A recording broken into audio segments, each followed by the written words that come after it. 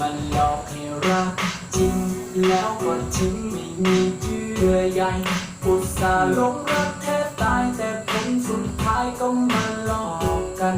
ทำไมเขาเป็นแบบนี้แรกก็ดีนานที